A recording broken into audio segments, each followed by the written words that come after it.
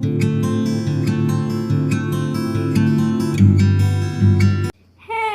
Guys, welcome to all self pharma tutorial. तो चलो, हम लोगों ने स्टार्ट किया था क्रोनिक रीनल फेलियर। ठीक है, एक्यूट रीनल फेलियर बहुत अच्छे से हो गया। अगर आपको कोई भी डाउट है तो कमेंट सेक्शन में बिना हिचकिचाहट के आप पूछ सकते हैं। तो आज स्टार्ट करने वाले हैं क्रोनिक रीनल फेलियर। मैंने बताया था ना क्रोनिक मतलब क्या होता है। अगर कोई डिजीज़ 3 मंथ से ज़्यादा है तो वो क्या हो जाएंगी, क्रोनिक हो जाती है। तो चलो देखते हैं क्रोनिक रीनल फेलियर में क्या लिखा है।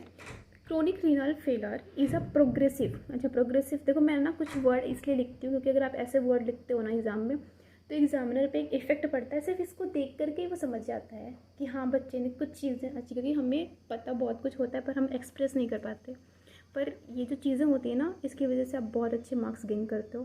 तो देखो, क्रोनिक रीनल फेलर जो होती है प्रोग्रेसिव, प्रोग्रेसिव इसलिए कहते हैं क्योंकि ये एक्यूट के बाद आ रही हैं, यानी लगातार हो रही हैं।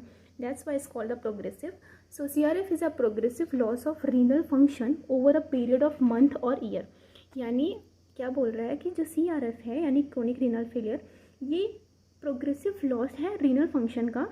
कि कब, over a period of month और ईयर, यानी 3 मंथ से ज़्यादा हो रही है या तो बहुत साल तक रह रही हैं, जो कि that's why is called the chronic renal failure. Reduction in kidney function must be present for over 3 month in chronic renal. मैंने बताया भाई कि अगर वो 3 मंथ से ज़्यादा रिडक्शन रह रहा है, किस चीज़ में रिडक्शन रहता है, किडनी के फंक्शन, यानी किडनी अपना फंक्शन नहीं कर पा रही है 3 मंथ से ज़्यादा के लिए या ओवर 3 मंथ ऑफ पीरियड, तो उसको कहते हैं क्रोनिक रीनल फेलियर। ठीक है, आप कुछ भी लिख सकते हो, ये भी अच्छा, ये भी, कोई भी। ठीक है, it is mainly occur in a patient having high blood pressure and diabetes. क्योंकि देखो, हमें पता चल गया कि अगर रीनल में कोई इंजरी छोटी मोटी हो गई है तो ठीक है, क्रोनिक हो गया। लेकिन अगर किसी को हाइपरटेंशन है या फिर किसी को डायबिटीज़ हो, कि अब ये तो ठीक होने वाली बीमारी नहीं है। अगर आप अच्छे से योगा या एक्सरसाइज वगैरह कर रहे हो तो मेंटेन रह सकती है, पर ठीक नहीं होगी। ठीक है, तो ये ठीक होने वाली बीमारी तो नहीं है, इतना हमें पता है। अब ये कई साल तक किसी पेशेंट में है तो वो क्या करेगी अल्टीमेटली, क्योंकि अब देखो सब चीज़ का जड़ क्या है, हमारा रीनल ही है, वही ब्लड वॉल्यूम बढ़ाता है घटाता है।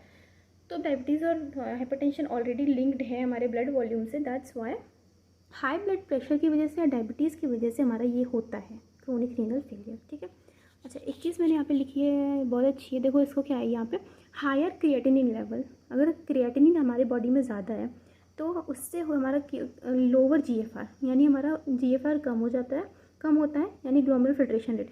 मतलब ये कह रहा है कि देखो, हमारा ग्लोमेरुलर फिल्ट्रेशन रेट क्या था, यानी जो नेफ्रॉन था वो फिल्टर कर रहा था चीज़ों को। एक्यूट पढ़ के ही आप इसको पढ़ना, पहली बात। तो एक चीज़ और बता रही हूँ, एक्यूट पहले आप एक बार देख लो अच्छे से, वीडियो नोट्स बना लो, फिर ये पढ़ना। ठीक है, देखो मैंने बताया था ना जीएफआर क्या होता है। जीएफआर मतलब क्या होता है, जो हमारा नेफ्रॉन होता है हमारे फील्ड, वहाँ पे ग्लोमेरुलस था ना, ऐसे गोल से स्ट्रक्चर है ग्लोमेरुलस, वो फिल्टर करता है यूरिन को। ठीक है, अब वो अगर कम है, यानी फिल्ट्रेशन रेट अगर कम है, यानी वो फिल्टर किसी डिजीज़ की वजह से वो हमारा जीएफआर, यानी हमारा जो फिल्टर हो रहा था वो नहीं हो पा रहा अच्छे से, तो इसकी वजह से हाइयर क्रिएटिनिन रहेगा, यानी प्लाज्मा में, यानी बॉडी के अंदर क्रिएटिनिन एक सब्सटेंस होता है, उसका लेवल बढ़ जाता है। तो डिक्रीज किडनी फंक्शन, यानी ये इसलिए बता रहा है कि मान लो अगर हम लोगों ने यूरिन लिया किसी का, ठीक है, मान लो डायग्नोसिस के वक्त किसी का यूरिन लिया, ठीक है, उसमें हम लोगों पहले उससे क्या करें, क्रिएटिनिन दे दिया उसको। ठीक है, अब चेक करेंगे उसका यूरिन, अगर उस यूरिन में हमारा क्रिएटिनिन जितना दिया है उससे बहुत कम आ रहा है, यानी मान लो हम लोग को किसी को 5 ग्राम दे दिया एग्जाम्पल, ठीक है, 5 ग्राम क्रिएटिनिन खिला दिया किसी भी चीज़ से, मान लो दे दिया, ठीक है, इंजेक्ट कर दिया उसके अंदर। अब उसका यूरिन निकाल लेंगे थोड़े समय बाद। ठीक है, अब देखेंगे उस यूरिन में क्या उतना क्रिएटिनिन आया है। अगर उतना क्रिएटिनिन आ गया तब तो हमारा रीनल ठीक है, उसको डिजीज़ नहीं है। लेकिन अगर क्रिएटिनिन उतना नहीं आया, यानी वो बॉडी के अंदर ही रह गया, यानी अगर बॉडी के अंदर रह गया, यानी जीएफआर ढंग से हुआ नहीं, यानी ग्लोमेरुलर फिल्ट्रेशन रेट इसकी कम है। और ग्लोमेरुलर फिल्ट्रेशन रेट कम है किसकी वजह से, क्योंकि डिजीज किडनी अपना फंक्शन नहीं कर पा रही है। आया समझ में इतनी बात। तो इस तरह से हम चेक कर लेते हैं कि किसी इंसान को या किसी भी पेशेंट को किडनी फंक्शन है, मतलब किडनी फंक्शन कर रही है उसकी कि नहीं। क्रिएटिनिन देंगे तो हाइयर क्रिएटिनिन, तो लोअर अगर रहेगा जीएफआर तो डिक्रीज हो जाएगा kidney function, decrease kidney function की वजह से लोअर जीएफआर तो हायर क्रिएटिनिन लेवल। ठीक है, तो चलो ठीक है, नेक्स्ट बात करते हैं इसकी ईटियोलॉजी की। मेन मैंने बताया था कि पैथोफिजियोलॉजी इसकी बहुत इंपॉर्टेंट है, वो देखेंगे अच्छे से। ईटियोलॉजी में क्या है, मतलब कैसे वो हो रहा है। ठीक है, तो सबसे पहले अगर कोई बहुत पुरानी डिजीज़ है जैसे कि डायबिटीज़ हो गया, उसको हाइपरटेंशन है, उसको वेस्कुलर जैसे एंजाइना या फिर मायोकार्डियल इन्फ्रैक्शन है, मैंने ये नहीं पढ़ाया ना, अभी बता दूँगी, अगर ये तो इंपॉर्टेंट नहीं था। देखो, वेस्कुलर डिसीज़ है, यानी वेस्कुलर मतलब आपके वेसल्स की, यानी ब्लड वेसल्स वगैरह की, जैसे एंजाइना और एमआई मतलब एमआई मतलब फोन नहीं, ठीक है, मायोकार्डियल इन्फ्रैक्शन। ग्लोमेरुलर डिजीज़, ठीक है, अगर उसको ग्लोमेरुलर कोई डिजीज़ है, मतलब जो फिल्ट्रेशन करने वाली, जो फिल्टर करने वाली यूनिट है उसी में डिजीज़ हो गई है, तो वो यूरिनरी ट्रैक्ट इन्फेक्शन, UTI जिसे बोलते हैं, urinary tract dysfunction, kidney stone, अगर किडनी स्टोन है तो भी दिक्कत है, अनरिकवर्ड, ये देखो कितना अच्छा मतलब लिखा है, अनरिकवर्ड एक्यूट किडनी इंजरी, यानी जो उसकी एक्यूट किडनी वाले जो पहले से किडनी इंजरी है, हाँ ये मतलब नहीं फेलियर मत लेना, इंजरी लिखना है यहाँ पे, है ना, अनरिकवर्ड एक्यूट किडनी इंजरी, यानी उसको पहले से किडनी प्रॉब्लम है, अब उसको प्रॉब्लम दे रहा है, ठीक है। ये नेक्स्ट ऑटो इम्यून डिसऑर्डर, ठीक है, ऑटो इम्यून मतलब कोई उसको पहले से हो, मतलब कोई ऑटो इम्यून मतलब खुद की इम्यूनिटी प्रॉब्लम है, उसकी वजह से हमारा CRF हो सकता है, ठीक है। इसके सिम्टम्स में देखो क्या होगा, देखो वो बहुत ज़्यादा वीक रहेगा, सिंपल रहेगा ही, टायर्डनेस, नॉट स्लीपिंग वेल, अच्छे से सो नहीं पाएगा, नोजिया, ईचिंग होगी, और अल्टर्ड मेंटल स्टेट, क्योंकि बहुत ज़्यादा एक्यूमुलेट रहेगा। आप लोगों को एक चीज़ बताऊँ, हेपेटिक इंसेफ्लोपैथी एक डिजीज़ होती है, उसमें क्या होता है, हमारा अमोनिया जो होता है, क्योंकि वो बॉडी से बाहर नहीं जा पा रहा है तो चला जाता है वो ब्रेन में, ब्लड ब्रेन बैरियर जो होता है ब्रेन में, उसको क्रॉस करके BB में मतलब ब्रेन में चला जाता है, और वहाँ पे मेंटल स्टेट मतलब बहुत ज़्यादा प्रॉब्लम कॉज करता है, बहुत ज़्यादा। अल्टर टेस्ट, मतलब सिंपल है, वो बॉडी में रहेगा तो टेस्ट को भी अल्टर करेगा, ठीक है। तो ये हो गया हमारा क्या, CRF। तो इसमें अब आगे देख लेते हैं मेनली इसकी पैथोफिजियोलॉजी। और पैथोफिजियोलॉजी समझाने से पहले मैं एक चीज़ कहूँगी कि प्लीज़ अच्छे से एक बार कंसंट्रेशन होकर पढ़िएगा, मतलब बहुत अच्छे से दिमाग लगा के पढ़िएगा। और अगर ऐसे फ्री में पढ़ रहे हो कि मतलब नहीं छोड़ो देख लेते हैं, आया तो हम समझ, नहीं आया तो समझ, वैसे मत पढ़ना प्लीज़, मैं अभी बता दे रही हूँ, क्योंकि मैं बहुत ही अच्छे से चीज़ें बताने वाली हूँ, और मैं चाहती हूँ कि अगर मैं कुछ बता रही हूँ ना तो उसको एटलीस्ट सुनो अच्छे से। अगर नहीं समझा पा रही हूँ तो वो फिर मेरी दिक्कत है, पर लेकिन अगर आप सुन नहीं रहे हो तो इसमें मैं क्या कर सकती हूँ, ठीक है। तो चलो पैथोफिजियोलॉजी में क्या है, देखो पैथोफिजियोलॉजी ऑफ CRF कुछ अलग ही लगा है, कैंप ऐसा, चलो CRPF होता है। CRF मतलब क्या होता है, इसमें कुछ 4 मैकेनिज्म मैंने एक्सप्लेन किया है। ये आपका क्या है, किडनी है, पोर्टल वेन वगैरह ऐसा, ठीक है। चलो देखते हैं, इसमें सबसे पहला हमारा क्या है, देखो A B C और D एक अलग पेज में है। तो देखो pathophysiology of chronic liver, chronic renal disease, ठीक है। तो पहले बता दूं कि अच्छे से पढ़िएगा, प्लीज़ ध्यान से सुनो बस मेरी बात, मैं बता क्या रही हूँ, और नहीं समझ आए तो दिक्कत है, ठीक है, मैं बताती हूँ। देखो बहुत ईजी है।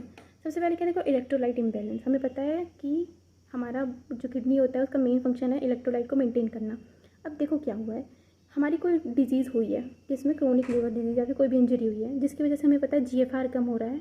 GFR मतलब ग्लोमेरुलर फिल्ट्रेशन रेट, क्योंकि अगर हमारा किडनी काम ही नहीं कर रहा है तो वो फिल्टर नहीं कर पाएगा कोई भी बॉडी के फ्लूइड को, तो हो गया रिडक्शन इन GFR। इसकी वजह से क्या होगा, हमारा जो पोटेशियम और फॉस्फेट है जो कि फ़िल्टर होता है हमारे GFR मतलब ग्लोमेरुलर से, वो नहीं हो पाएगा।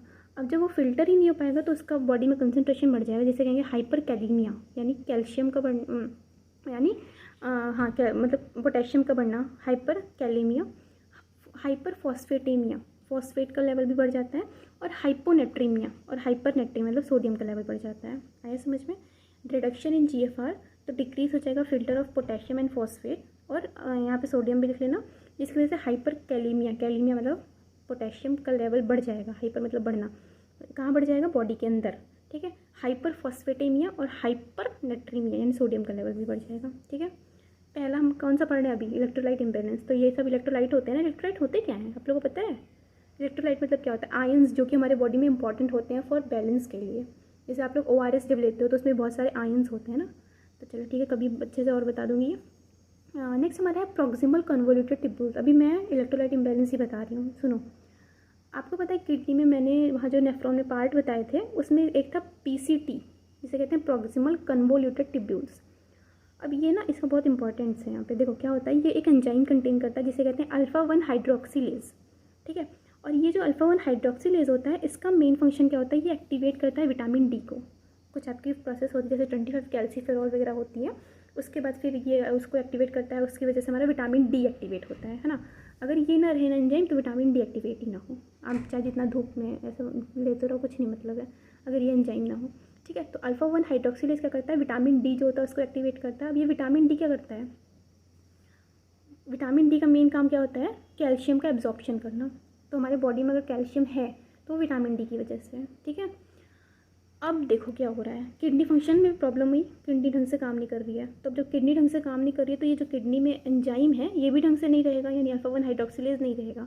अल्फा-1 हाइड्रोक्सीलेज नहीं रहेगा तो विटामिन D एक्टिवेट नहीं होगा, और विटामिन D एक्टिवेट नहीं होगा तो कैल्शियम एब्जॉर्ब नहीं होगा, और कैल्शियम एब्जॉर्ब नहीं होगा तो दिक्कत हो जाएगी ना, तो इसे कहते हैं हाइपोकैल्शियमिया। यानी हाइपो मतलब कम और कैल्शियमिया मतलब, कितना अच्छे से समझ आया तुम लोग को, आया कि नहीं ये बताओ पहले। मतलब मुझे नहीं लग रहा कि किसी को भी एक बूंद भी डाउट हुआ होगा इसमें।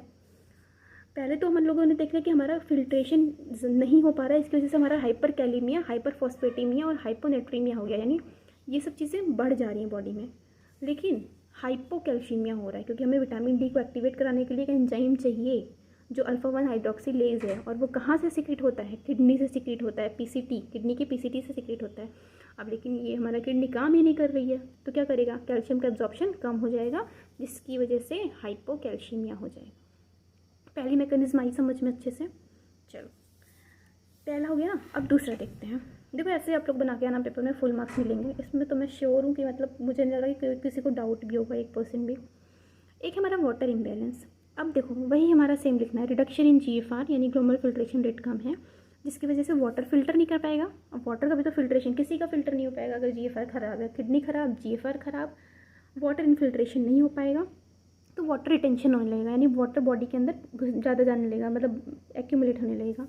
अब क्या करेगा, ये water accumulation in different tissue, मतलब वो जो वाटर है वो डिफरेंट टिश्यू में जाएगा, जैसे लंग्स में गया, हार्ट में गया और पेरीफेरल गया। ठीक है, तो अगर लंग्स में गया तो तो पल्मोनरी हाइपरटेंशन, यानी बहुत ज़्यादा लंग्स में बढ़ जाएगा ना वॉल्यूम, वाटर बहुत ज़्यादा हो जाएगा। तो अब लंग्स में वाटर ज़्यादा हो जाएगा तो भी तो दिक्कत है, कहते नहीं उसके फेफड़े में पानी भर गया, बहुत कभी कभी बोलते हैं। क्यों घटता है, क्योंकि रीनल डिजीज़ की वजह से, तो पल्मोनरी हाइपरटेंशन कहते हैं। पेरीफेरल एडिमा भी इसी को कहते हैं। मान लो लेग और आर्म में जब स्वेलिंग होती है बहुत ज़्यादा, आप लोग देखे भी होंगे, मुझे नहीं पता, कि अगर किसी पेशेंट को डायबिटीज़ या हाइपरटेंशन होती है तो उसका हाथ पैर बहुत ज़्यादा सूजता है, यही सब कारण है। ठीक है, और एक है किडनी डैम, अच्छा ये हो गया ना पहला वाटर इम्बैलेंस। अब एक चीज़ और, एल्ब्यूमिन आप लोग सुने हो कभी, अंडे में प्रेजेंट होती है एक प्रोटीन जिसे एल्ब्यूमिन कहते हैं, ये हमारे बॉडी में भी प्रेजेंट होती है। ये बहुत अच्छी प्रोटीन होती है, मतलब मोस्टली सबसे ज़्यादा अच्छी प्रोटीन, मतलब हमारे बॉडी में सबसे कंसंट्रेशन में भी ज़्यादा यही प्रेजेंट होती है। तो मान लो किडनी डैमेज हुआ, अब एल्ब्यूमिन जो होगा ना वो बढ़ने लगता है यूरिन में, क्योंकि किडनी डैमेज की वजह से अगर हुआ है तो एल्ब्यूमिन जो होगी एक प्रोटीन होगी, ये बहुत ज़्यादा सिक्रीट होने लगती है यूरिन में, यानी यूरिन में हमारा एल्ब्यूमिन ज़्यादा हो जाता है। अब यूरिन में ज़्यादा हो गया यानी ब्लड में कम है, अब ब्लड में कम है तो उसको, यूरिन में ज़्यादा हो गया तो उसको कहते हैं एल्ब्यूमिन यूरिया। ठीक है, क्या कहते हैं, एल्ब्यूमिन यूरिया, समझ आया, एल्ब्यूमिन यूरिया कहते हैं, यानी यूरिन में हमारा एल्ब्यूमिन जो कि प्रोटीन होता है बहुत ज़्यादा हो जाता है। इसकी वजह से हमारी डिक्रीज़ हो जाती है ऑस्मोलैरिटी। ऑस्मोलैरिटी कैसे डिक्रीज़ होती है, क्योंकि हमारा जो एल्ब्यूमिन होता है ये हमारा बहुत ज़्यादा ज़रूरी होता है, किसके लिए, वाटर के साथ बैलेंस बनाने के लिए। अब हमारा ये वाटर के साथ बैलेंस तभी बनाएगा जब ये प्लाज्मा में रहेगा, अब ये प्लाज्मा में है ही नहीं, तो जितने भी वाटर हमारे रहेंगे वो हमारे डिफरेंट टिश्यूज़ में चले जाएंगे और हमारे जो मेन प्लाज्मा है उसमें वाटर कम हो जाएगा।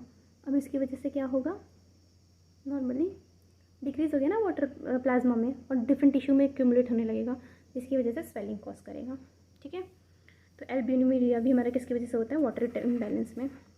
इतना आया। अब लास्ट हमारा इसमें एक है एजोटेमिया, लास्ट नहीं मतलब थर्ड है, भी एक और है, एक हार्मोनल है वो बहुत इंपॉर्टेंट है। एजोटेमिया, एजोटेमिया क्या होता है, यूरिया का लेवल बढ़ जाता है कहाँ, बॉडी में। फिर वही बात कि GFR जो है वो रिडक्शन है, GFR रिडक्शन की वजह से यूरिया फिल्टर नहीं हो पाएगा और बॉडी में यूरिया का लेवल बढ़ जाएगा, जिसे एजोटेमिया कहते हैं। अब ये जो यूरिया होगा ये कहाँ चला जाएगा, ब्रेन में। मैं बताई थी ना यूरिया जो होता है बहुत जल्दी ब्रेन में चला जाता है अमोनिया के फॉर्म में, और वहाँ पे क्या बना देता है, उसको कहते हैं इंसेफेलोपैथी। अगर कोई भी ब्रेन की डिजीज़ होती है ना तो आप लोग मैं बता दूँ उसको इंसेफेलोपैथी कहते हैं। और ये किसकी वजह से हो रही है, रीनल इंसेफेलोपैथी इसको बोल देंगे। ठीक है, तो यूरिया कहाँ चला जाता है, ऊपर है रीनल इंसेफेलोपैथी। ये हो गया पहला। दूसरा इसी में in heart accumulate in side, मान लो अगर हमारा जो हार्ट होता है, एक मिनट, देखो मान लो क्या है, ये हमारा हार्ट है, ठीक है, ये 4 चैम्बर होते हैं। तो मान लो जो हार्ट की जो साइड की वो होती है लेयर, जैसे पेरीकार्डियम बोलते हैं, पेरी मतलब साइड और कार्डियम मतलब हार्ट के साइड में। अब यहाँ पे भी क्या होता है ना, इन्फ्लामेशन हो जाता है, क्योंकि यूरिया जो होता है बहुत ज़्यादा आके इकट्ठा होने लगता है, इसकी वजह से हार्ट के साइड में क्या होता है, इन्फ्लामेशन होने लगता है, इसको कहते हैं पेरिकार्डाइटिस। ठीक है, आप लोग वर्ड अच्छे से याद रखना, पेरिकार्डाइटिस कहते हैं, यानी इन हार्ट एक्यूमुलेट हो जाता है, इन साइड में एक्यूमुलेट होता है, इसको इन्फ्लामेशन ऑफ कार्डियक आउटलाइन, ठीक है, जिसे पेरिकार्डाइटिस बोलते हैं। ठीक है, ये हो गया। नेक्स्ट इसमें एक और है कि प्लेटलेट्स मतलब क्या होता है कि नॉर्मल हमारे बॉडी में प्लेटलेट्स प्रेजेंट होते हैं, है ना, प्लेटलेट्स प्रेजेंट होते हैं जिसकी वजह से accumulate and decrease blood clotting, यानी प्लेटलेट्स एक्यूमुलेशन, मतलब मान लो क्या होता है हमारे प्लेटलेट्स का मेन फंक्शन क्या होता है, आप लोग को पता है? ये पता तो होगा, मैंने बताया है। प्लेटलेट्स में क्या होता है, इसका मेन फंक्शन अगर देखें तो ये क्या करता है, ब्लड क्लॉटिंग करता है। ठीक है, प्लेटलेट्स क्या करता है, ब्लड क्लॉटिंग। मान लो किसी को कोई इंजरी हो गई है, ठीक है, वो गिर पड़ गया है, एक्सीडेंट हो गया, कुछ भी प्रॉब्लम हो गई है, तो क्या होगा, हमारे बॉडी में प्लेटलेट्स जो होता है वो मेनली क्या करता है, बहुत सारे फैक्टर को, मैंने बताया था ना, क्लॉटिंग फैक्टर को एक्टिवेट करता है। ये क्लॉटिंग फैक्टर क्या होता है, फिब्रिन वगैरह का फॉर्मेशन करते हैं, जिसकी वजह से हमारा ब्लीडिंग रुक जाती है। ठीक है, ब्लड क्लॉट करते हैं। ठीक है, अब क्या हो रहा है, किसी भी वजह से किडनी की हमारा प्लेटलेट जो है वो काम, मतलब प्लेटलेट्स फंक्शन डिक्रीज़ हो जा रहा है, जिसकी वजह से क्या होगा, क्योंकि ये प्लेटलेट जो होता है ना, यूरिया यहाँ पे भी जाके इकट्ठा होने लगता है, ये एक्यूमुलेट हो जाता है एंड डिक्रीज़ कर देता है ब्लड क्लॉटिंग को। ठीक है, तो इतना है आपके आज के पैथोफिजियोलॉजी में। और इसमें एक पॉइंट और है, मैं बता देती हूँ जल्दी से, हार्मोनल इम्बैलेंस। ठीक है, 4 चीज़ें मैंने बोली थी, 4 मैकेनिज्म आपको पढ़ना है क्रोनिक में। हार्मोनल इम्बैलेंस में क्या होता है, देखो 2 तरह के हार्मोन में, एक तो पहले वहाँ बता दी हूँ एक्यूट वाले में, और दोनों ही बता दी हूँ वैसे, लेकिन चलो यहाँ देखते हैं। देखो हमारा जो पीसीटी होता है, फिर से वही आ गया, प्रॉक्सिमल कॉन्वोल्यूटेड ट्यूब्यूल्स किडनी में, ये क्या करता है, एक हार्मोन बनाता है जिसे कहते हैं इरिथ्रोपोइटीन। आप लोगों ने नाम सुना होगा, इरिथ्रोपोइसिस। इरिथ्रोपोइटीन एक हार्मोन होता है जो कि कहाँ से बनता है, किडनी से बनता है। ये स्टिमुलेट कर देता है रेड बोन मैरो को, किसके लिए, एक प्रोसेस के लिए जिसे कहते हैं फॉर्मेशन ऑफ आरबीसी, इरिथ्रोपोइसिस। यानी मेरी बात सुनो, देखो किडनी है, उसमें पीसीटी होता है, प्रॉक्सिमल कन्वोल्यूटेड ट्यूब्यूल्स, ये एक हार्मोन रिलीज करता है जिसे क्या कहते हैं, एरिथ्रोपोइटीन। ठीक है, ये एरिथ्रोपोइटीन जो होता है स्टिमुलेट करता है मतलब रेड बोन मैरो को, किसके लिए, आरबीसी के फॉर्मेशन के लिए। अब ये रेड बोन मैरो स्टिमुलेट हो गई और ये एरिथ्रोपोइसिस करने लगती है, जिसकी वजह से क्या होता है, किडनी फंक्शन डिक्रीज़ हो जाता है। ठीक है, अब क्या हुआ, नहीं फॉर्मेशन करती हैं। अब मान लो किडनी फंक्शन डिक्रीज़ हुआ, यहाँ पे ऐसे लिख लो, इफ़ किडनी फंक्शन डिक्रीज, तो क्या होगा, एनीमिया जो होगा वो हो जाएगा, क्योंकि हमारा आरबीसी बन ही नहीं पाएगा। समझ आ रहा है, क्योंकि आरबीसी कैसे बन रहा है, जब हमारा इरिथ्रोपोइटीन हार्मोन सिक्रीट हो रहा है proximal convoluted tubule cell of kidney, क्योंकि अभी किडनी में कोई फंक्शन आ गया है तो वो पीसीटी जो होगा वो सिक्रीट नहीं कर पाएगा इरिथ्रोपोइटीन को, इरिथ्रोपोइटीन स्टिमुलेट नहीं कर पाएगा रेड बोन मैरो को, तो इरिथ्रोपोइसिस यानी एनीमिया हो जाएगी, यानी आरबीसी का फॉर्मेशन नहीं होगा, तो एनीमिया हो जाएगी ऑफ क्रोनिक डिजीज, इसे कहते हैं एनीमिया ऑफ क्रोनिक डिजीज। ठीक है, नेक्स्ट इसमें पहले ये हार्मोन हो गया कौन सा, इरिथ्रोपोइटीन। तो हम क्या करेंगे, मैनेजमेंट के लिए हम उसको इरिथ्रोपोइटीन बाहर से देंगे कि इसकी एनीमिया ठीक हो, है ना, चलो ये मैनेजमेंट में बता दूंगी। दूसरा इसमें है कि डिक्रीज किडनी फंक्शन। अब देखो वही बात है कि फिर से जीएफआर कम हुआ, किडनी फंक्शन कम हुआ तो जीएफआर कम हुआ। अब जस्टा ग्लोमेरुलर सेल क्या करती है, रेनिन का रिलीज़ करती है ना, रेनिन रिलीज होगा, वो क्या एक्टिवेट कर देगा, ये प्लस मतलब क्या होता है, स्टिमुलेट करना। ठीक है, ये स्टिमुलेट कर देगा रास सिस्टम को, रेनिन एंजियोटेंसिन एल्डोस्टेरोन सिस्टम। अब जब रास सिस्टम एक्टिवेट हो गया तो क्या होगा, एंजियोटेंसिन 2 बनेगा। अब ये एंजियोटेंसिन 2 मिल के अगर एल्डोस्टेरोन बनाएगा वगैरह वगैरह, इन सब की वजह से क्या होगा, वैसो कॉन्स्ट्रिक्शन होने लगेगा। और वैसो कॉन्स्ट्रिक्शन क्या करेगा, वैसो कॉन्स्ट्रिक्ट होने लगेंगे, वेसल्स आपस में आकर के पास पास आ जाएंगी इनकी मसल्स, और वेसल्स जो होंगे वो पास पास आ जाएंगे, जिसे कहेंगे वैसो कॉन्स्ट्रिक्शन। अब वैसो कॉन्स्ट्रिक्शन हो गया तो हाइपरटेंशन तो हो ही जाएगा। यानी हाइपरटेंशन मतलब क्या, क्या होता है हाइपरटेंशन, ब्लड वॉल्यूम का बढ़ना। ठीक है, तो क्योंकि वो बाहर नहीं जा पाएगा ना, वैसो कॉन्स्ट्रिक्शन हो गया, ब्लड फिल्टर नहीं हो पाएगा, बाहर नहीं जा पाएगा, तो बॉडी के अंदर रहेगा, जिसे हाइपरटेंशन कहते हैं। तो इतना समझ आया आप लोग को, प्लीज़ मुझे क्लियर करके एक बार कमेंट में बता देना कि मैं बहुत मेहनत से पढ़ा रही हूँ, सच में, मतलब गुस्सा आ जाएगी नहीं, गुस्सा नहीं आती मुझे। चलो ठीक है, ये हो गया मैनेजमेंट में, तुम लोग को समझ आया ना, ये मेरे लिए इंपॉर्टेंट है, ये सबसे ज़्यादा इंपॉर्टेंट है लिटरली। देखो मैनेजमेंट में क्या है, careful management of fluid and electrolyte, मतलब हम बहुत अच्छे से उसको फ्लूइड मतलब जो भी है वो देंगे और इलेक्ट्रोलाइट देंगे। हम उसके डाइटरी में कभी भी प्रोटीन नहीं देंगे, क्योंकि एल्ब्यूमिन हो जाता है। ठीक है, यानी एल्ब्यूमिन यूरिया की वजह से अब वो क्या होगा, बहुत, क्योंकि हम ज़्यादा देंगे तो फिर ज़्यादा प्रोटीन बाहर जाएगी, हमें ऐसा नहीं करना है। इरिथ्रोपोइटीन देंगे एनीमिया को ठीक करने के लिए, इरिथ्रोपोइटीन बाहर से दिया जाता है। रीनल डायलिसिस होती है, फिर वो तो पता है आपको डायलिसिस मतलब क्या होता है, कि एक तरफ से पूरा बॉडी का फ्लूइड बाहर निकाला जाता है और एक तरफ से पूरा फ्रेश बॉडी का फ्लूइड जो होता है वो अंदर डाल जाता है। पर इसमें एक प्रॉब्लम आती है कोएगुलेशन की, क्योंकि जब हम लोग करते हैं ना तो वो कोएगुलेट होने के चांसेस बहुत ज़्यादा होते हैं। ठीक है, चलो ठीक, वो सब तो नेक्स्ट लास्ट हमारा ऑप्शन होता है रीनल ट्रांसप्लांटेशन। भाई कुछ नहीं बचा तो अब ट्रांसप्लांट ही करना पड़ेगा, है ना, इसीलिए अच्छे से खाइए पीजिए बिना किसी इसके कि आपका रीनल ख़राब ना हो कभी भी, किडनी, चाहे अभी चाहे आप एज्ड के हो जाओ तब भी। ठीक है, तो आई होप आप लोग को चीज़ें समझ आए होंगी, और कोई भी डाउट है तो कमेंट सेक्शन में पूछिए। मैं टेलीग्राम पे सारे मतलब जो भी हमारे नोट्स हैं वो जल्दी से अपलोड कर देती हूँ, जिससे कि आप लोग जल्दी से पढ़ लीजिए और बहुत अच्छे नंबर से और मेन कॉन्सेप्ट से पास होइए। ठीक है, पास नहीं मतलब थोड़ा छोटा लगता है, पास नहीं टॉप करिए। हाँ तो ठीक है, तब तक के लिए टाटा बाय बाय, जय हिंद जय भारत।